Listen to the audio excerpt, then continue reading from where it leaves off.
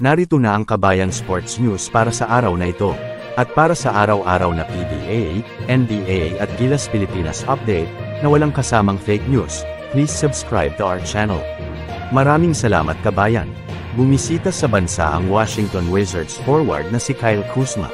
Ayon sa NBA Star ay excited siya sa pagpunta rito at matagal na talaga niyang gustong makapunta sa Pilipinas dahil marami siyang magagandang bagay na naririnig tungkol sa ating bansa at marami rin siyang mga kaibigang Pilipino tulad ng mga kapwa NBA players na sina Jordan Clarkson at Jalen Green.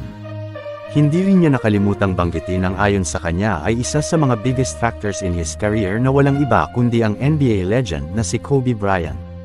Ito ang ilan sa kanyang naging pahayag patungkol kay Kobe Bryant during his media availability at the 2024 Kuzmanila Tour on Monday in Makati. It means the world, it means everything.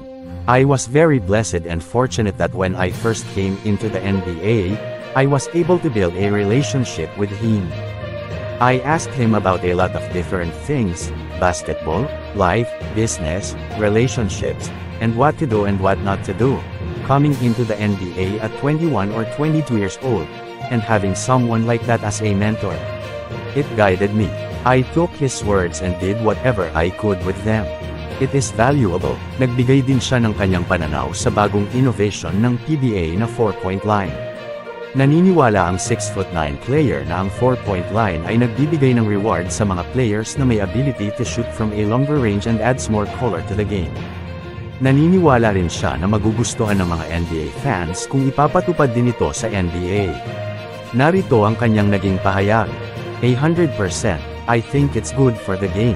It allows more space and at the end of the day, a lot of us shoot deep threes anyway. It's only kind of a bad shot if you take a deep shot that far because there's really no need. Because the lines weren't there, but a lot of us can shoot from that far. I think it would be more dramatic for the NBA and fans would probably like it too, and Steph Curry would probably get more points.